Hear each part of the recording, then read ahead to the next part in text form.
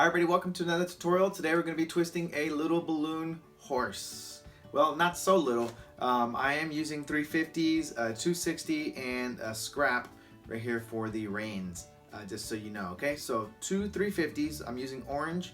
This is one 260, purple, and then just a scrap for the reins. That's all we're going to be using there. Oh, and out of that same one, we're going to get the tail and the mane, which is nice. Always nice to be able to use your balloon not just once, but for two pieces of the balloon without having to, break out another piece. So anyway, with my tutorials, what I always do is I bring the sound down as we get ready to twist. I'll do voiceover, and hopefully we can minimize the squeaking. And also on top of that, hopefully I don't go too fast or too slow for you. And I almost forgot, the markers that we're using are black, white, and orange. And in this case, I am using a chisel tip, but you don't have to. If you got the fine tip, like I have with the black and the rest of them, just use that. It's no big deal. So anyway, let's get to it. We're going to bring the sound down. Here we go. The first balloon we're going to start with is one of the orange 350s. Okay, and let's look at the tails here really quick. They have very long tails on them just because we're dealing with 350s. So the 260 has about a hand's width there, as you can tell, or grip. There you are. So again, we're going to start with the 350. And I think I'm going to do the one with the shorter tail. So we're going to start with is the muzzle area or the snout of the horse. Okay, we're going to do about a 1-inch pinch twist, and then we're going to do slightly smaller pinch twist than that. So when you look at them, one should be smaller than the other. That's how you know. So we're basically going for upper lip, lower lip. That's what we want. So for this head portion, we're looking about hands width, probably 5 or 6 fingers. And then we're going to do 2 big pinch twists. I would say they're probably about 1.5 inches, I would say. I guess one thing to compare them to is the front portion or the upper portion of the snout. So if you remember how big that one was that you started with, you want to do 2 more of those. So those are going to be our ears. And to measure where your leg's going to start, I just do the bottom of the snout there. And then we get our legs. And so I did about 6 fingers for the legs as well, in case you're wondering about what size. That's, I would say, is the overall portion for the horse. About 6 fingers is most of the part. I would say the only thing longer is probably the neck. So anyway, that's all I did. I just made our front legs, and I just rolled that bubble through there. Now, one thing that I didn't do, and I got rid of that, I should have left that bubble there, but this new balloon that's coming in, you should do another large pinch twist on the front of that. And what that's going to do is help secure the neck. Right now there's a bubble in the way, but later I end up popping it. But again, just take note.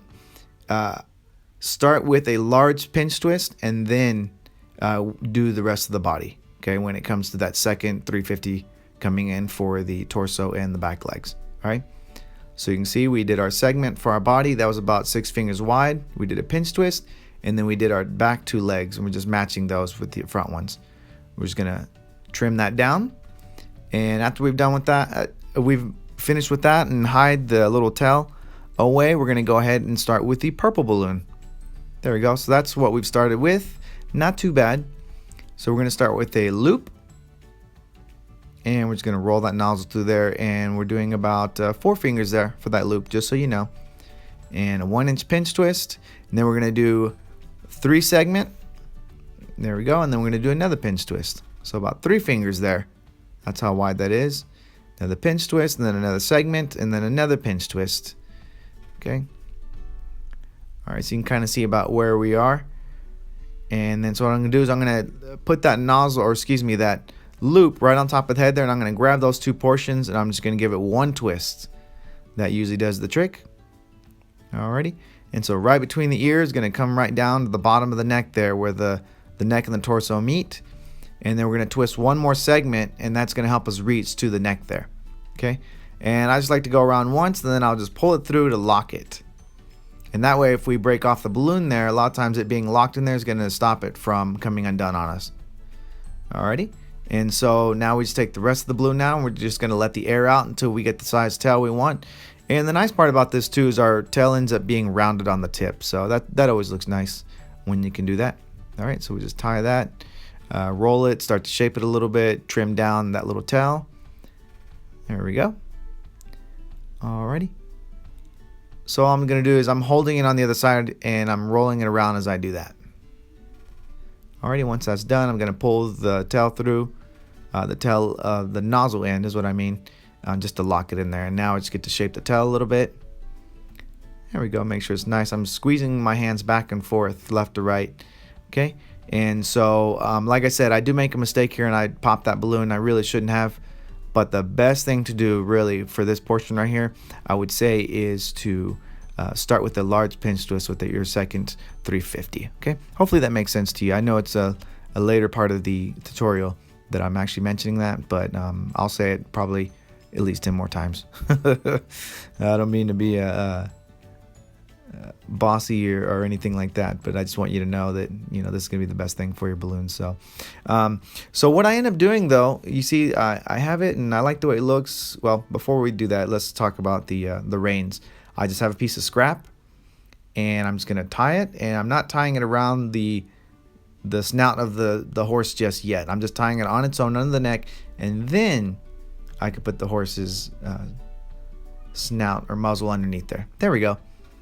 Alright, so I'm not liking the way that's sitting. If you've worked with the horse, you realize that can be a spot where the horse decides that the neck is going to go left to right. So I'm going to take a little scrap right here, and I'm going to go ahead and get myself 2 pinch twists out of that. Yeah, so it's always tough for me to blow up a balloon when it doesn't have the nozzle on it, so I was a little worn out by that. maybe kind of, sort of. So anyway, I did 2 small pinch twists. There we go. And so what I'm gonna do is I'm gonna wedge those underneath the neck right there in the front. I'm just gonna wedge those in there, and you can take one of those nozzles and really pull it. So like I said, I'm just wedging it in there, and what it's doing is it's filling that space that's gonna cause the neck to sit, you know, correctly and not want to go left to right. There we go.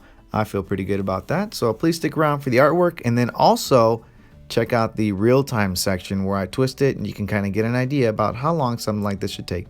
Thanks for watching. Alright, so we made it to the end. Let's go ahead and go over the artwork. The artwork's pretty easy.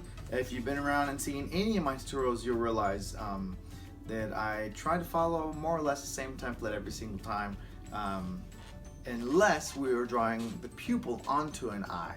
That's a different thing. So if you've seen my owl tutorial, and I'm trying to think about the other one that I did where we were also drawing it on there. It'll come to me in a minute. But anyway, let's go over the artwork. So I'm doing orange on orange. I probably, you know what, let me switch to the hot pink so you can actually see it. I know I said orange, but I want to make sure you're able to see this, okay? So we're doing like a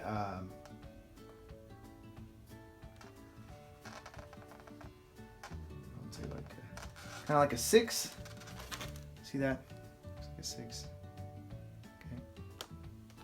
All right, and I'm gonna repeat that on the other side. Now we're doing like a backward 6. There we go. So you can really see the eyes when we do this. I think I made a mistake by doing orange first and the other one that you saw, but that's okay because I had fixed it by adding some black. That helped bring it out. See? Kind of like ladies when you do your makeup, put on that eyeliner, same thing. Anyway, let's go ahead and color in the black. So take one more look at that real quick. All right, and now I'm going to go ahead and fill it in. And because this color has a good contrast, I won't have to hit up that highlighter, which is nice. That eyeliner. But I'm going to go right up here. See, I filled in that, I blocked that in. So we're going to go ahead and hit up our eyelashes. I'm going to go over to this side and do the same thing. Not a big mystery. And I'm a little undecided if I want to do real time on this one, just because it's in a 3. It's the bigger one with 350s and 260s. Just keep in mind, you know, you could always do this guy, downsize it and do it in this all 260s, and that'll you know, help you save some time and some balloon. So we're gonna go ahead and add the white now, and it's gonna be just in this area right here. All right, let's go ahead and do that now, and then I'll hold it up here close so you can see. I really probably should have pushed on this marker a little more, so we get some more of that ink pouring out of there. more of that paint. Okay, there we go. And we're gonna go ahead and add the highlight there for the eyes.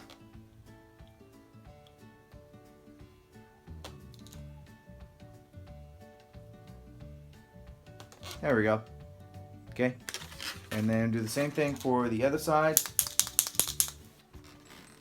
And I really should be pushing down on this. There we go.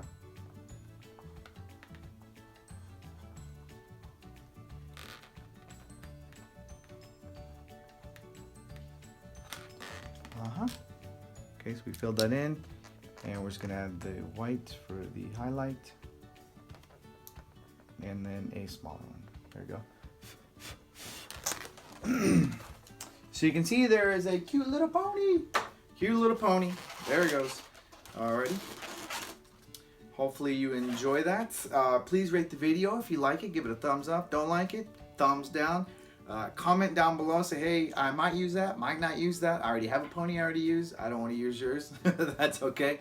And so this one actually was an homage to Mr. Fudge's. If you ever see Mr. Fudge, he has a cute little one. And this is basically what I wanted to do. I really like that one. I used it for a long time. And I just added a few things, really, to change mine a little bit. Not very much at all, actually. But I did want to make sure that I shared the artwork with you as well, and to show you just this little thing if you didn't already do that. Cool thing about this area also is you could turn that into, if you don't like the way that looks there, you could turn that into like a little bow and have that hang down there, and that would also kind of, you know, turn it into something a little more fun when you're making this horse, to help that neck from going this way or that way. I don't know if you work with these horses, you realize that that can happen to you. That just that point right there becomes, you know, a little bit of resistance, and the balloons rolling against one another. So anyway, like I said, if you haven't done this on my channel yet, go ahead and subscribe. Check it out. You know, I always try to keep fun stuff on here. But now, let's go to the real time, huh? What do you say? All right, get ready to time me. I think I got all the balloons I need here. I saw my markers there. I gotta make sure that white marker is working. Let me go ahead and put this horse over to the side real quick. All right, like I said, I can't promise that every video is gonna have a real time, but I just want you to get a good idea about what something like this should take if you're at a real, if you're a gig and you're trying to pump this thing out, okay? So, 3, 2, 1, here we go.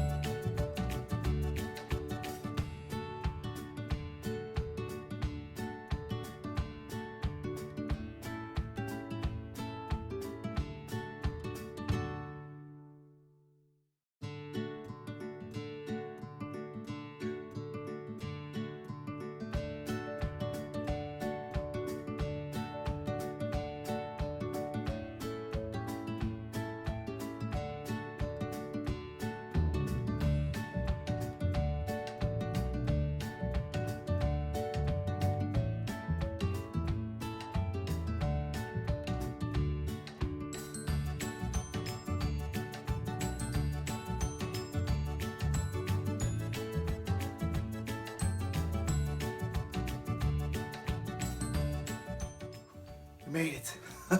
Oh my goodness, that doggone horse. Excuse me.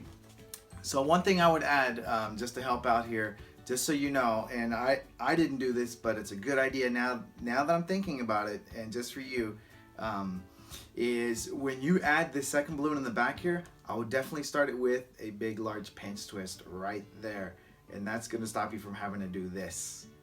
So keep that in mind, okay? So anyway, hopefully that didn't take too long.